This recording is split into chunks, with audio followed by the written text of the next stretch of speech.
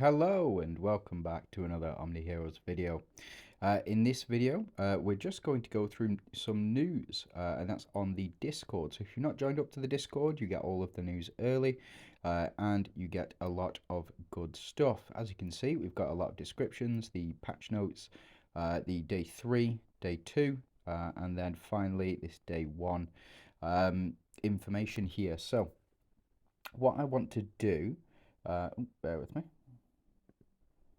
What I want to do is just go through Gaia. Now, Gaia, we've got a bit of information about it, and we've also got bits of information about the other units as well. So let's just first start with Gaia. She's a mage whose main skills are corrosion and slowing. Slowing is a very powerful effect. Very, very powerful effect, especially with the rest of her kit. I think that's going to be really impactful. I think that slowing ability is going to be really, really impactful. First, a slowing aura that ensures your team acts before the enemy. Just means that all of your units will strike, perform their ultimates and perform their actives and the basic skills before the enemy does, which can be very, very powerful, especially in this build, and especially with the other units that are going to come out, like Elisha, for example. She's going to come out. I suspect she's going to be the second unit in this oath, so not this oath, the oath after. When corrode stacks exceed 100, Gaia becomes immune to damage.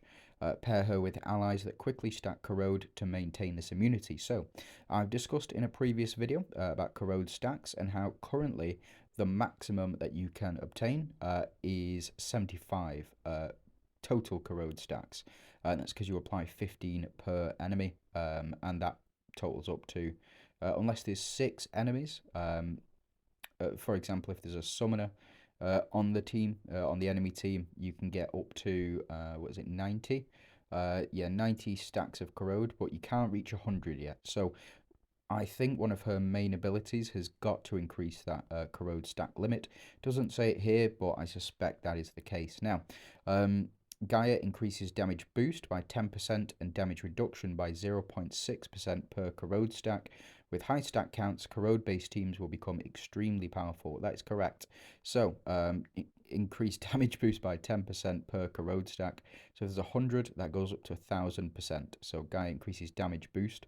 That is for all allies, and damage reduction by 0.6% per corrode stack. Because remember, she becomes immune to damage, so she will gain 100% damage immunity from having 100 corrode stacks, and then the maximum corrode stacks that you can get with this will be 60% damage reduction for the Mystifiers team. Now, currently the Mystifiers team is all Monarchs, so can be a very, very effective tool in making that team as tanky as possible. I showed off in the last video, they are not the strongest of teams, specifically the non-monarch. So the non-monarchs, but I think Gaia will fit perfectly into that monarchs team. She's currently a protector, so she will link up very well with Lancelot. She will link up very well with Bastet as well, which I think is why Bastet is being buffed, and I think Dullahan is being buffed to increase that corrode stack limit. So during the Oath Recall, Gaia will make her appearance. Omniguardians will have a greater chance to obtain Aphrodite and other heroes as well. The reason that they mention Aphrodite in this is because she is busted, and I think probably the strongest unit in the game currently, but we'll have to see what happens when her seasonal buffs wear off and she gets effectively her attack, HP and defense reduced by 100%. That's going to happen, and that will happen as soon as the patch goes live. Aphrodite will no longer have that. So, major battle is about to break out. Showdown between Frost Emperors here. There's a bit of story. It's nice. If you want to read it, go ahead, jump on the Discord.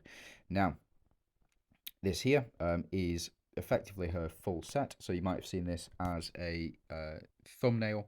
I don't know if this has actually flipped the recording or what, but a mage whose main skills are corrosion and slowing. Gaia's slowing skills allow us to strike first, and she becomes very powerful when her corrosion stacks up. Correct, yes, she does. Each time Gaia takes action, so this is her rune skill. A lot of people won't have access to her rune skills, but she takes, or she has 50% 75% and 100% chance to take additional action.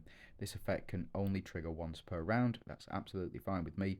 Take that additional action. It just means she's got a double ult, and she's going to potentially triple ult with Astrid on the team as well. So keep that in mind. Now, pairing with Corrode-based team provides significant damage reduction and damage boost. Valiant power combination. Gaia's slowing effect combined with the following heroes make for a mighty team. Yes, these are the top tier Dooms. Top tier Mystifiers. So you've got Catherine, Astrid, Seraphina, Mulan, and Dahlia. The only one, I think personally for me, because she's a protector, you really want to link her up with Bastet, and you want to link her up with Lancelot as well. The fact that Lancelot will apply corrode per hit, so whenever his protector synergy triggers, he will apply 2 stacks of corrode as well. You want to build up corrode as fast as possible. They're going to make a nasty combo. There's also this video here. If you want to go check it out, you can check it out on the official OMNIHEROES YouTube channel, and also here through the video. Now, this does give us a bit of an insight into the new units as well, including Elisha and including Arthur. Arthur is not a monarch. I'm very disappointed about that. I was hoping that he would. The King of Knights being a monarch, you would think so, but apparently not. It is actually Elisha who is the monarch. So that's an ethereal monarch to pair with Dorabella, and to pair with Portia as well, to make a... that's probably going to be... I suspect that'll be a B team. You're still going to want to run Eudora, you're going to want to run Karnak, you're going to want to run Katrina as well, because they all increase the crit rate chance that you can apply, and that's what you want to do. With Arthur being a striker, you can pair him with the only other striker on the Doom's synergy, which is Doris. So Doris will pair very well with Arthur, but the problem is there's only two strikers on that Doom's team. So really, you're going to need to run Cleo on that team to get the full 3 strikers to increase all allies attack by 25%, I believe it is. If you get 4 strikers, it's 30% for all allies and 35% for all allies if it's a full 5 strikers build. We'll just have to see how his kit is and what it looked like. But for now, I think that Gaia is going to be quite impactful. I think the fact that she slows enemies is going to be really, really strong, especially for... against sort of meta teams like with Cleo in, and with sort of Lachesis in there, also with Ayushta. They will slow all of these units right down. Seraphina to slow right down as well. So I think it's going to be very good. You can go ahead and pick up a couple of oath crystals to summon through the website. It's all available on the Discord. So let me know what you guys think. Are you excited about Gaia? Do you think that she's going to be impactful on the meta? Do you think that she looks good? Let me know. And then yeah, we'll just have to see what happens tomorrow. The full kit will be out, and I will have a video on that probably about 6 or 7 hours after the release of the unit. So still plenty of time for you to summon if you choose to after we've seen what's gone on with her actual kit and all of the other kits as well, because all of the other kits will be in data for the hero. So we will have a data download, we'll have a maintenance, and then we'll be able to see Elisha's kit, and we'll be able to see Arthur's kit as well. The last one that I haven't talked about so far is Dio-chan. So Dio-chan is an Avenger. She is a Dawnbringer, and also an Enchanter as well. So she works very well with Ardina and Lachesis, and will work very well with Sal as well on that team, just because he is a Dawnbringer and an Avenger as well. So links up very well.